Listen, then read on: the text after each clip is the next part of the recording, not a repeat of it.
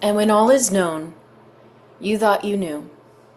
Flash of torrents coming through in one strike of light, pure and simplified. It was you all along, you and all.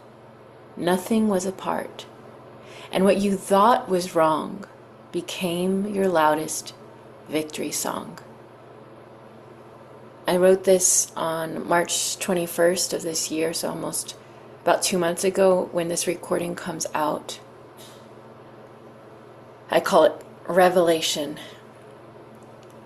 This morning I ran through a cemetery. I'm visiting a dear loved one in Buffalo, and she is staying near a cemetery, and I felt like going on a run.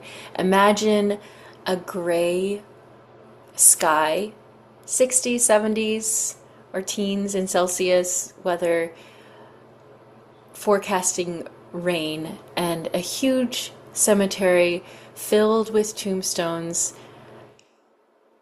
I had a doubt if I should run there at all, and then I thought if I were buried, I'd probably want people to live life and enjoy where I'm put to rest. My body is put to rest, and I ran with a sort of sacredness, and it was this strange juxtaposition, listening to this upbeat playlist that I've made for a party that I have coming up in my house, while running past these tombstones. And to be running and moving while contemplating death is an interesting pair. And then after I finished my 3 miles, which is what I wanted to do for the day, I ran through these streams in Buffalo, New York. It's beautiful weather. It's spring weather here. I saw deer crossing the road and waved hi to them. I saw people taking pictures. When I had finished my run, I was listening to some recordings I had made, and this poem came up unexpectedly, and it made me think of the end of our lives and how we spend so much of our lives and energy, especially given the rhetoric that is in the wellness world around so many rules of how we should eat and how we should look, how much we should weigh, all those numbers, how much exercise we should do, all of these standards. And especially, I talk about in this podcast, with our bodies, there can be such pure shame around something being wrong with us. And truly, it's a place where shame lives, and we take it out in our bodies, on our bodies. And fitness culture, diet culture, wellness culture really encourages this shame and criticism of our bodies because of all the standards. But it's a big place where shame lives.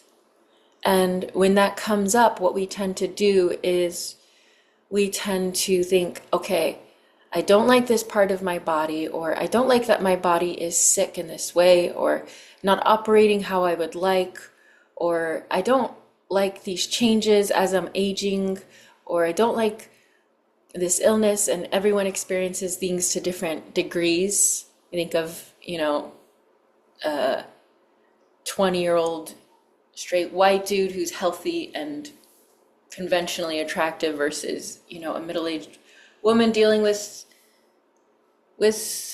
a woman of color dealing with cancer. So we deal with these to different degrees, and I'm not minimizing or glorifying anything in particular,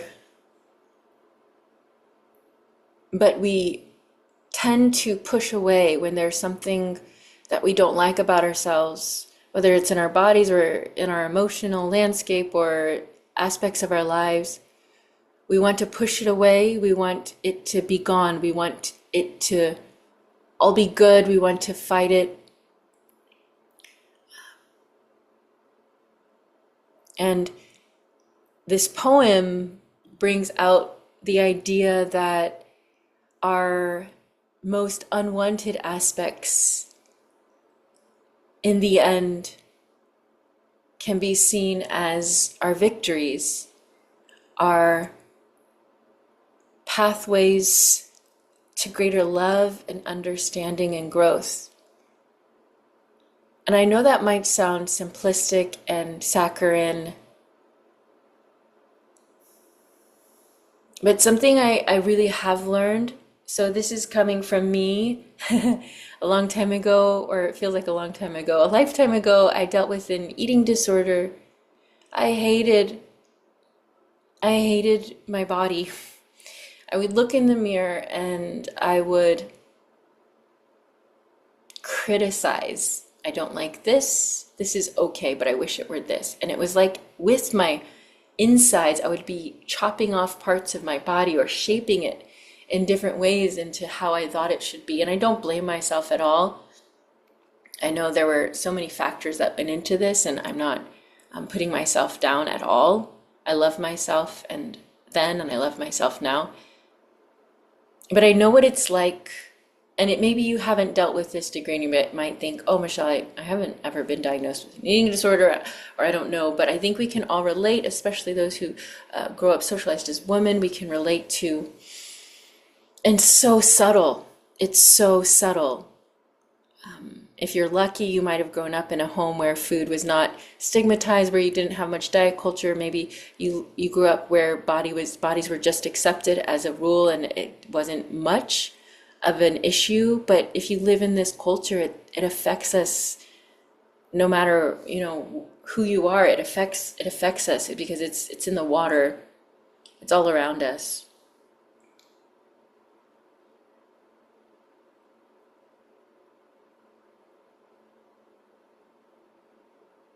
And it takes up so much of our energy, hating ourselves, criticizing ourselves, thinking, how can I do better? How can I lose weight? Or what do I need to change? Or what do I need to do to keep this up? Or, oh no, I noticed this change in my body part. I don't like it. And so we push and we push and we fix and we fight and we struggle. And something I've learned through my eating disorder, through other areas in my life, is that, and I will credit David Bedrick, Unshaming, for learning a lot of this more recently in my life. It's also kind of a Buddhist principle. I've learned it from other teachers, thankfully. I'm thankful for them. Is that there are no quote unquote good things and no quote unquote bad things. And just as we accept the good parts or the parts that we like or the parts that feel easy, if we can extend that same muscle to the parts that feel bad, that feel difficult, that feel messy, that feel unwanted, that feel inferior in our own judgment, the more that we can accept life. And to accept life is to accept yourself, is to accept existence.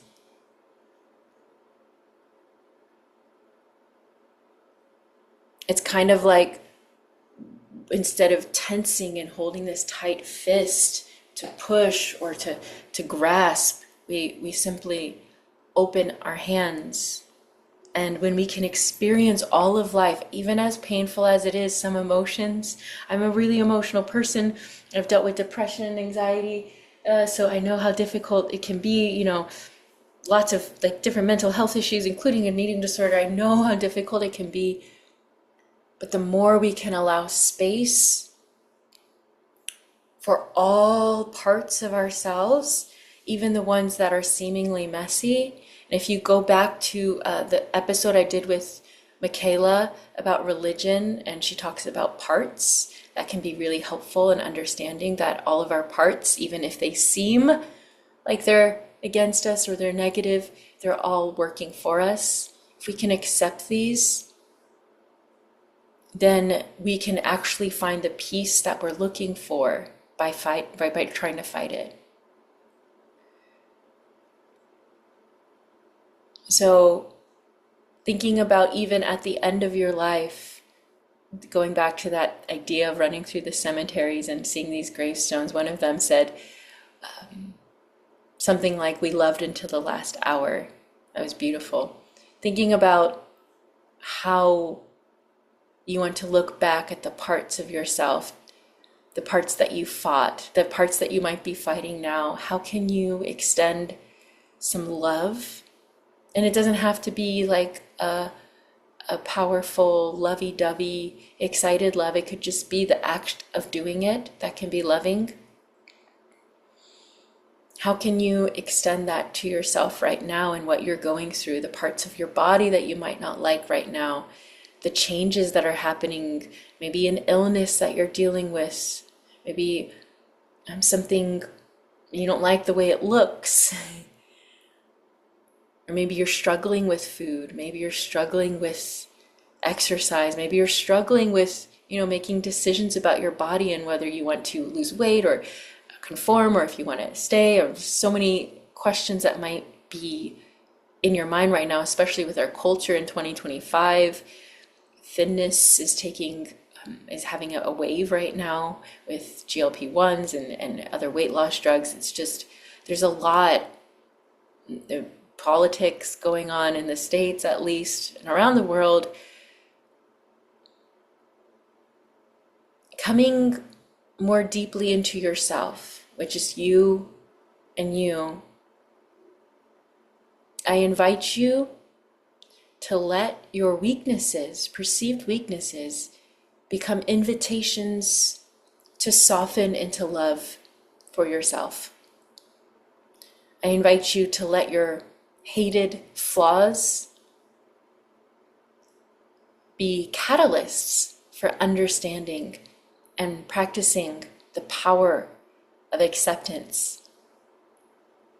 I invite you to let your messy parts be pathways to strengthen the muscles of curiosity and learning more about who you are. And when you can do this for yourself, you can do it for your world. And this is what our world needs, away from the judgments of right and wrong.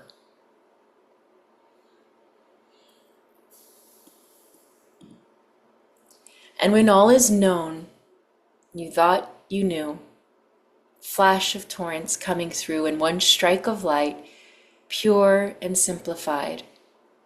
It was you all along, you and all. Nothing was apart. And what you thought was wrong became your loudest victory song.